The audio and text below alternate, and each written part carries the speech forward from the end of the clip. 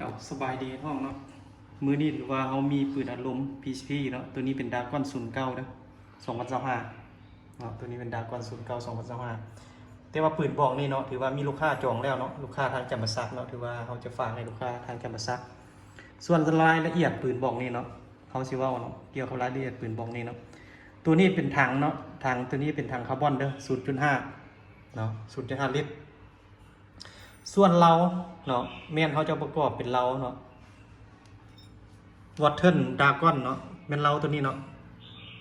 ถือว่าเราตัวนี้แม่นยาวแม่น40 เซนระยะหวังผลแม่น70 เมตรเขาประกันเนาะฝาวีซิเนาะส่วนกล้องเนาะเขาจะประกอบเป็นกล้อง Discovery เนาะ3-12x22 ms เนาะถือว่าปืนบอกนี่แม่นราคาเนาะ11 ล้านในราคา11 ล้านลูกค้าจะได้อย่างแน่เนาะเขาจะแถมให้เนาะถือว่ามีโม่ทั้งนั้นเนาะตัวนี้เป็นโม่9 นัดเนาะ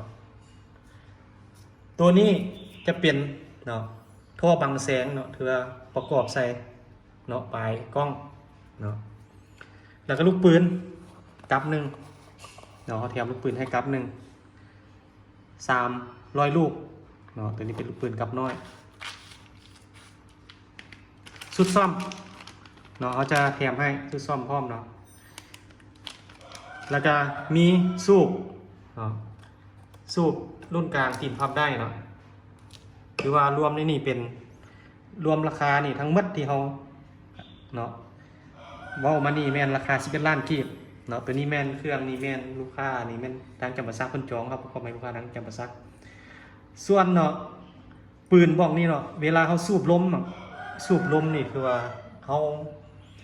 เนาะสูบฮอดเนาะสูบเวลานี้เขาสูบให้ลูกค้านี่มีแต่1,800 PSI เนาะแต่ว่าเวลาลูกค้าออกไปเนาะลูกค้าเลยลิ้นเกิน1,000 ไดบอได้แต่ว่าลูกค้าต้องสูบเนาะถือว่าเพื่อรับประกันเนาะแม่นลูกค้าลิ้นแม่นประมาณเนาะ 2,000 หรือว่า 2,500 เนาะ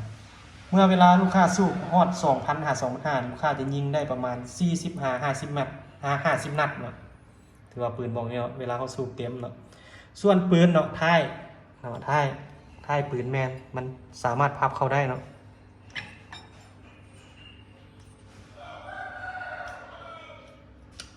พับเข้าได้เนาะพับได้ยังที่เนาะถือว่าท้ายมันสามารถพับเข้าได้เนาะถือว่าปืนตัวนี้เนาะเบาน้ำหนักเบาเพราะว่าเป็นยังน้ำหนักเบาเนาะเพราะเป็นถังเป็นถังคาร์บอนนะลูกค้านะตัวนี้น้ำหนักจะเบาเนาะตัวนี้เป็นปืนเขาฝากไปทางลูกค้าทั้งแห่งจำปาสักเนาะถ้าลูกค้าท่านใดสนใจสั่งเครื่องเนาะแม่ติดตัวทางเบอร์โทรวอทแอปเนาะ020เนาะ919 72575อันนี้เป็นเบอร์ทางห้างของเขาเนาะวิธีฝากเครื่องของเขาเนาะถ้าลูกค้าตั้งแข็งเวลาเขาเอาเครื่องไปฝากก่อนเขาจะเอาเครื่องไปฝากเขาจะประกอบเครื่องแล้วเขาจะวิดีโอคอลให้ลูกค้าเบิ่งเครื่องถ้าลูกค้าโอเคแล้วเขาจะเนาะห่อเครื่องเนาะเอาใส่แก๊สแล้วเขาจะติดละเอียดเนาะแล้วเขาออกไปส่งให้ลูกค้าฮอดคิวรถเมล์แล้วเขาจะโทรหาลูกค้าเนาะแล้วเขาจะเอาเบอร์โทรเนาะกับป้ายรถให้ลูกค้าเวลานั้นโชเฟอร์รถหับเครื่องแล้วลูกค้าต้องได้โอนเนาะอันนี้เป็นเฉพาะลูกค้าต่างแข็งถ้าลูกค้านครหลวงท่านใดสนใจเนาะถือว่าเขามีเก็บเงินปลายทางสามารถกวดเครื่องก่อนจ่ายเงินได้เนาะอันนี้เป็นลูกค้านครหลวงส่วนเฉพาะเราเนาะเนาะวัตเทิร์นดากอนนี่เนาะคือว่าเฉพาะเขาขายแต่เราเนาะแม่น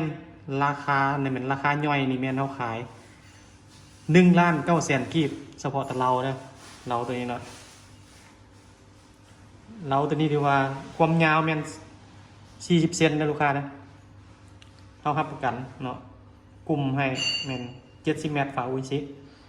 เนาะคือเขาว่าอะไรถ้าท่านใดสนใจแม่นติดต่อหาเขาทางเบอร์โทรนี่เนาะแต่ว่าบอกนี่แม่นมีเจ้าของแล้วมือแรงเขาจะไปฝากให้เนาะเขาจะไปฝากให้ทางปักเซเนาะลูกค้าทางปักเซเนาะถ้าลูกค้าท่านใดสนใจสั่งเครื่องแมน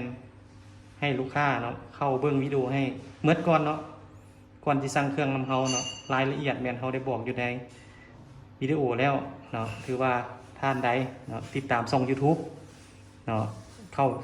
เบิ่งวิดีโอที่เฮาเอาลง YouTube หั่นเนาะต้องเบิ่งให้หมดก่อนสิถามเนาะว่าโอ้ตัวนี้ปืนตัวนี้มันแม่นรุ่นใดเนาะเวลาสูบลมเต็มยิงได้จากนัดเนาะเรามันเป็นเรารุ่นใดแล้วก็กล้องเป็นกล้องรุ่นใดเครื่องแถมอย่างต่างๆเนาะที่ว่าเขาได้ว่าอยู่ในวิดีโอแล้วเนาะราคาต่างๆเขาก็บอกแล้วเนาะราคาบอกนี่มันสิเป็นล้านกีบเนาะท่านใดสนใจมาติดต่อมาทางเบอร์นี้นะขอขอบใจ